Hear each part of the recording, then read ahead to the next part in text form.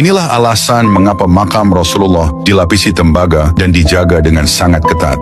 Peristiwa ini terjadi pada tahun 557 Hijriah. Malam itu Sultan Nuruddin Mahmud Zengi, seorang pemimpin dan pahlawan besar dalam sejarah Islam, bermimpi bertemu dengan Rasulullah dalam tidurnya. Dalam mimpi tersebut, Rasulullah menunjuk ke arah dua orang pria berambut pirang dan berkata, "Wahai Mahmud, selamatkan aku dari dua orang ini." Seketika, Sultan terbangun. Namun saat mencoba kembali tidur, mimpi yang sama terulang hingga 3 kali dalam satu malam. Keesokan harinya, tanpa memberitahukan siapapun tentang mimpinya, beliau berangkat dengan 1000 pasukan berkuda terbaik dan membawa banyak perbekalan. Setelah menempuh perjalanan selama 16 hari dari Syam, akhirnya mereka tiba di Madinah. Kepada rakyat Madinah, beliau mengumumkan bahwa kedatangannya adalah untuk membagikan sedekah kepada seluruh warga. Sambil membagikan sedekah, Sultan menatap wajah setiap orang dengan saksama, mencocokkannya dengan dua wajah pria pirang yang ia lihat dalam mimpinya, berharap dapat menemukan mereka. Setelah semua penduduk Madinah menerima bagian mereka, Sultan bertanya kepada gubernur, "Apakah masih ada orang yang belum menerima sedekah ini?"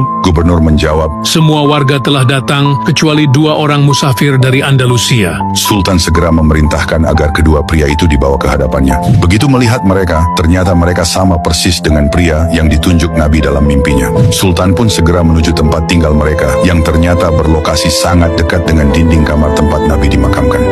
Saat memasuki kamar tersebut, tanpa sengaja beliau menginjak sebuah karpet yang mencurigakan. Ketika dibuka, ternyata terdapat sebuah lubang besar yang ditutupi kayu. Lubang itu adalah terowongan bawah tanah yang digali dan mengarah langsung ke makam Rasulullah. Akhirnya, kedua pria itu tidak bisa mengelak. Mereka mengaku sebagai mata-mata tentara salib yang ditugaskan untuk mencuri jasad Rasulullah. Motivasi utama mereka adalah membawa jasad Rasulullah ke Eropa sebagai pukulan psikologis dan spiritual bagi umat Islam yang saat itu sedang berperang melawan pasukan salib. Sultan Nuruddin kemudian menjatuhkan hukuman mati kepada kedua pria tersebut. Selanjutnya, beliau memerintahkan pasukannya untuk menggali parit yang sangat dalam, mengelilingi seluruh area kamar makam Rasulullah hingga mencapai lapisan air tanah paling bawah.